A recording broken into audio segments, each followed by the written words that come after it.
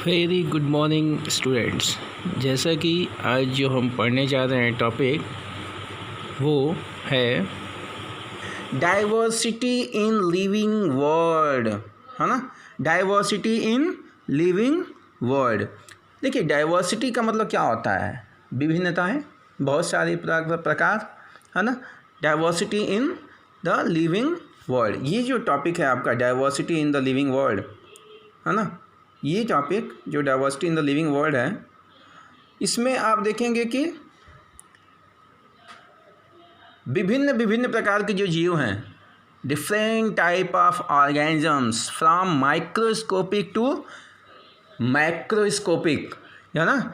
जैसे माइक्रोस्कोपिक क्या होते हैं, जैसे अमीबा हो गया, पैरामीशियम हो गया, है ना, या बैक्टीरियाज हैं, हाँ। और मैक्रो ऑर्गेनिजम्स जैसे व्हेल है आपका, है ना, एलिफेंट है, व्हेल है, ये सब क्या है? ये सब मैक्रो ऑर्गेनिजम्स में आते हैं, बड़े एनिमल्स में आते हैं, है ना। तो यूनिसेलुलर से जो भी बड़ा है वो मल्टी सेलुलर ऑर्गेनिजम्स कहलाता है। जैसे सिंगल सेलुलर ऑर्गेनिज्म को हम यूनिसेलुलर ऑर्गेनिज्म बोलते हैं।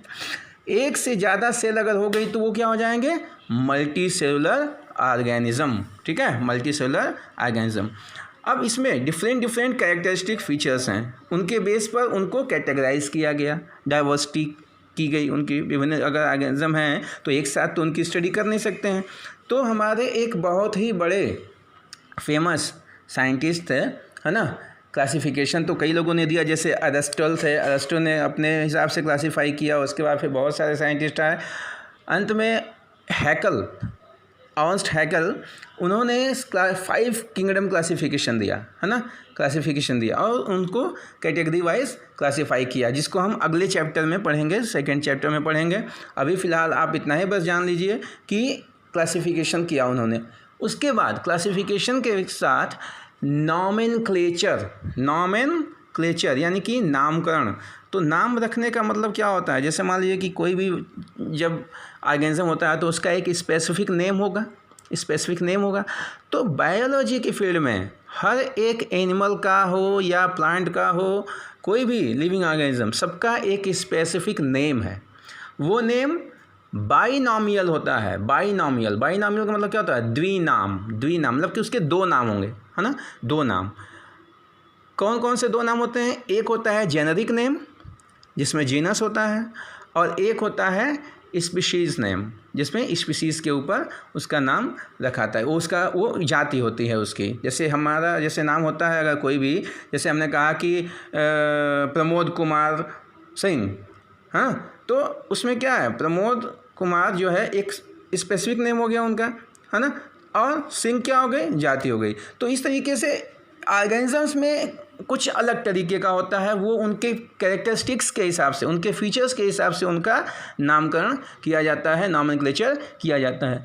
इस सिस्टम को सबसे पहले, इस सिस्टम को जो देने वाले हैं वो हैं कार्ल वॉन लिनियस, है ना, लिनियस, कैरोलस लिनियस भी उनको कहते हैं, कैरोलस लिनियस कह लीजिए, चाहे कार्ल वॉन लिनियस कह लीजिए, बात एक ही है ना। कैरोलस लिनियस या कार्ल वॉन लिनियस, इन्होंने इसको दिया था, इस सिस्टम को, कैरोलस लिनियस। और इसके अंदर जो कुछ इसके रूल्स हैं, जैसे मान लीजिए कि जब आपका कैरोलस लिनियस ने इसका नामकरण किया, बाइनोमियल नॉमेनक्लेचर दिया, तो उसमें other universal rules of the nomenclature आज फॉलोज, कुछ यूनिवर्सल रूल बनाए गए इसमें, जो कि सबके लिए वो मान्य है। मतलब कोई भी अगर लिविंग ऑर्गेनिज्म है, उसका नाम लिख रहे हैं तो इसी वे में आपको बोलना होगा, इसी वे में आपको लिखना होगा, देखना होगा। फर्स्ट रूल इसमें आता है जो आपका कि biological name are generally in Latin and written as italics. They are Latinized or derived from the Latin irrespective of their organisms. यानी बायोलॉजिकल नेम जो है वो जनरली लैटिन लैंग्वेज में होता है और इटैलिक्स स्क्रिप्ट में लिखा होता है, ठीक है ना। ये स्क्रिप्ट इटैलिक्स होनी चाहिए, ठीक है ना, और ये लैटिन रिस्पेक्टिव, ओरिजिन इनकी लैटिन से होती है। सेकेंड जो है आपका इसमें क्या दिया है? सेकेंड है कि the first word of the biological name represent the genus, while second word components denotes the specific epithet, यानी फर्स्ट वर्ड जो है, फर्स्ट लेटर जो है वो क्या है आपका, वो है जीनस को बताता है, यानी कि उसके जीनस को जेनरिक नेम होता है। और जो सेकेंड वर्ड है उस नेम का वो क्या होता है, स्पेसीज नेम होता है, ठीक है ना। Third point, both the word in the biological name when hand written are separately underlined or printed in italics to be indicate by the Latin origin, ठीक है। समझ में आया बात क्या कह रहा है, कहने का मतलब है कि अगर दोनों ही वर्ड अगर हम हैंड राइटिंग में लिख रहे हैं अपने, है ना, किसी और तरीके से, तो वो अंडरलाइन होना चाहिए, दोनों लेटर सेपरेटली अंडरलाइन होना चाहिए। कब अंडरलाइन नहीं होगा, जब वो दोनों नेम इटैलिक्स स्क्रिप्ट में लिखे जाएंगे, यानी इटैलिक्स में उनके लिखे हुए होंगे, ठीक है। समझ में आ रहा है बात। चलिए फोर्थ पॉइंट बोल रहा है क्या, the word first word of the denoting genus start with the capital letter while the specific epithets starts with the small letter can be illustrated with the example, जैसे मैंगीफेरा इंडिका आप देख रहे हैं, यहाँ भी लिखा हुआ है मैंगीफेरा इंडिका, हाँ मैंगीफेरा इंडिका, मैंगीफेरा इंडिका यहाँ पर देख रहे हैं आप, लिखा हुआ है Mangifera indica.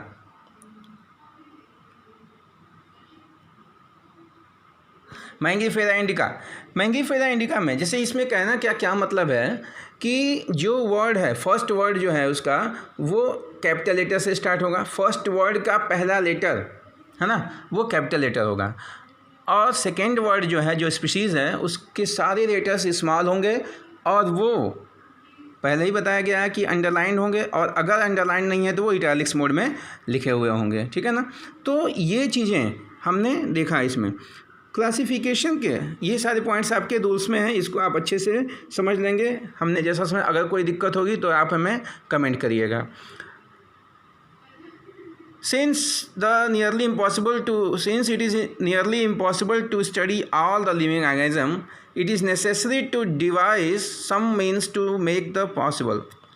This process is classification. अब ये सारी चीज़ें, जैसा मैंने पहले ही आपको बताया है कि ये सारी चीज़ें जब डिराइव की गई, देखा गया, तो इनका क्लासीफाई किया गया, इनको क्लासीफाई किया गया। क्यों? क्योंकि इतने ह्यूज अमाउंट में जो ऑर्गेनिजम्स हैं, डाइवर्सिटी, बायोडाइवर्सिटी, उनको एक साथ स्टडी करना मुश्किल था। It could not be possible, it is not possible to study the whole organisms at once. So इनकी कैरेक्टरिस्टिक्स के हिसाब से इनको कैटेगराइज किया गया, ठीक है ना।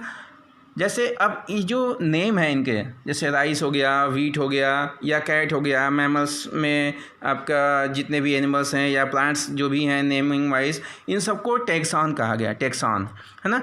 और टैक्सॉन की स्टडी करने के लिए जो साइंस की ब्रांच यूज़ की गई, जो साइंस की ब्रांच बनाई गई, उसको कहा गया टैक्सोनॉमी, है ना, टैक्सोनॉमी। इन कैटेगरीज को टैक्सा कहा गया, है ना। और इनके ब्रांच के स्टडी को, इनको स्टडी जिस साइंस के अंतर्गत कहा गया वो टैक्सोनॉमी कहा गया, ठीक है, टैक्सोनॉमी। अब टैक्सोनॉमी के जो फादर थे, आपको अच्छे से पता होना चाहिए कि who is the father of taxonomy. Yes, Carl von Linnaeus, Carl von Linnaeus, yes, Carl von Linnaeus ने इसके बारे में बताया था। प्रोसेस इसमें क्या है टैक्सोनॉमी में, टैक्सोनॉमी को करते समय, टैक्सोनॉमी के जो फादर हैं कार्ल वॉन लिनियस, इन्होंने टैक्सोनॉमी को एक बुक इन्होंने लिखा जिसका नाम था, इन्होंने पब्लिश किया बुक एक, जिसका टाइटल था सिस्टमा नेचुरी, है ना, सिस्टमा नेचुरी। सिस्टमा नेचुरी में लिनियस ने सिस्टमा नेचुरी में इसके बारे में बताया है, सारी जो क्लासिफिकेशन किया उसको इसमें पब्लिश किया इन्होंने, है ना, पब्लिश किया। This is all about this topic.